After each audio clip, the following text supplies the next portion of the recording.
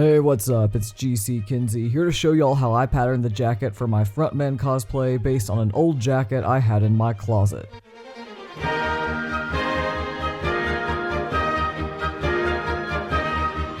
When I decided to cosplay the frontman from Squid Game, my number one question wasn't how on earth am I going to make that mask, because I'd already found a great pattern and tutorial on how to put it together, which I have linked in the description. No, my number one question was, how am I going to approach patterning that jacket? Fortunately, the answer was already in my closet, in the form of one of my pre-transition jackets from college. Like the frontman's jacket, it had a round collar, super important, with similar sleeve shape and pocket placement, and it was about the same length. It was also decently androgynous for a jacket from the women's section, but it still needed some defeminizing adjustments, like straightening out the dip in the waist, taking out the boob space in the chest, and making the pockets actually real. I started by covering each piece of the jacket in masking tape. That's a good way to get a pattern piece off a garment without having to take it apart. You just overlap the tape so you can peel the whole thing off when you're done, back the sticky side with something non-sticky like wax paper or cellophane, and then you've got a pattern piece you can trace. So the next thing I did was transfer it to my patterning paper, which has 1-inch grid marks for easy measuring and drafting.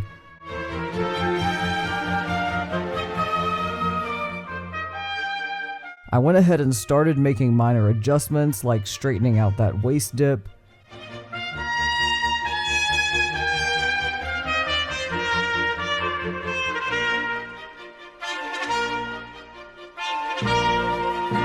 and I also transferred over all the markings and notes I'd made on the masking tape, reflecting other adjustments I knew I was going to need. You can see me lifting up the pattern piece to mark some of those because, unfortunately, my paper wasn't translucent enough to lay over the masking tape piece and capture them that way. Now you can see me reinforcing those markings with the help of my straight edge.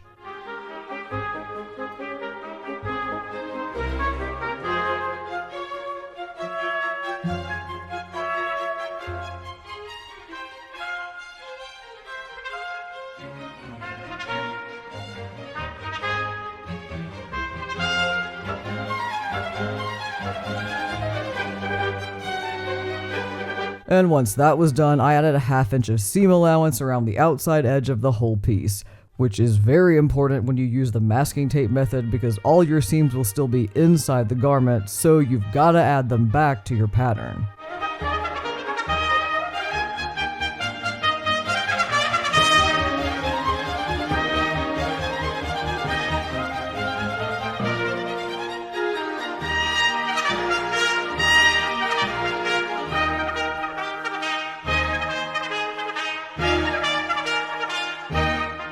After that, I labeled my pattern piece and made notes about things like where the front closure overlap and pocket openings would go.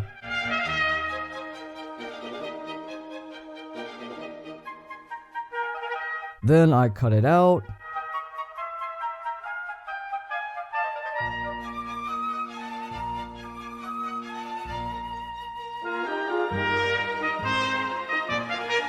And I repeated that whole process for the rest of the pattern pieces.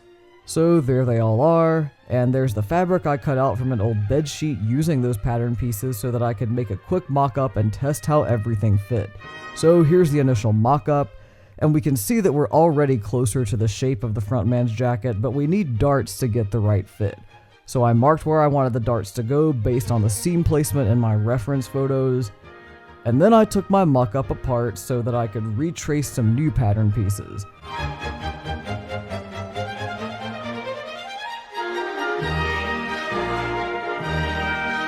I did that using a combination of the old pattern pieces and the fabric pieces I'd just taken apart, so that way I could see exactly what I needed to adjust to get those darts in place.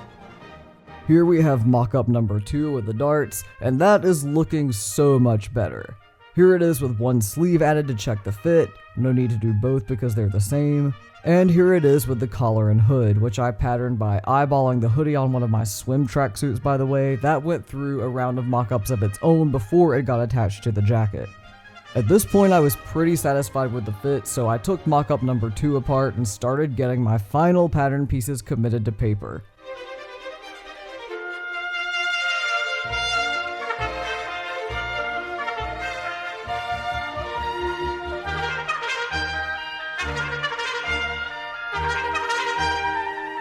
While I was in the middle of tracing these front pieces, I made the executive decision that I didn't want the darts to be darts after all. I wanted them to be seams that ran all the way down to the bottom hem, since that's how it looked in all my reference photos. So then I had to account for seam allowance around that new seam, but not around the rest of the piece where it was already built in.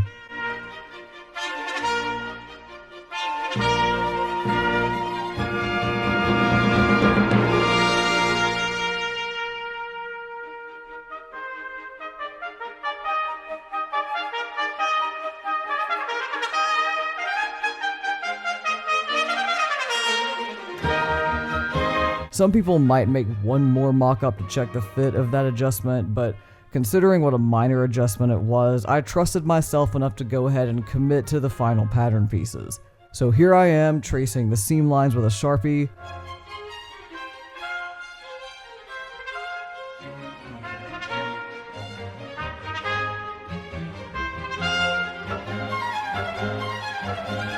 Cutting out this pattern piece.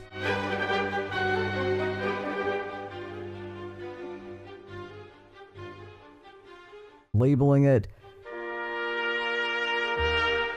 and then repeating that process until all my final pattern pieces were done.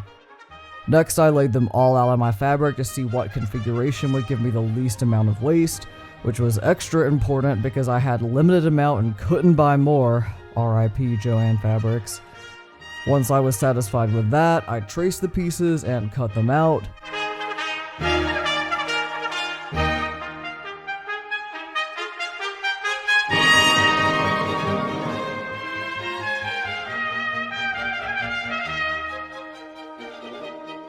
And I had my fabric laid out with the main fabric folded and sandwiched between the lining fabric so that I could just cut out each piece all at once and make sure they all matched.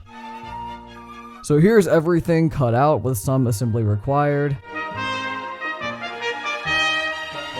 Here's the jacket with everything except hemming and closures done. And here is the final result.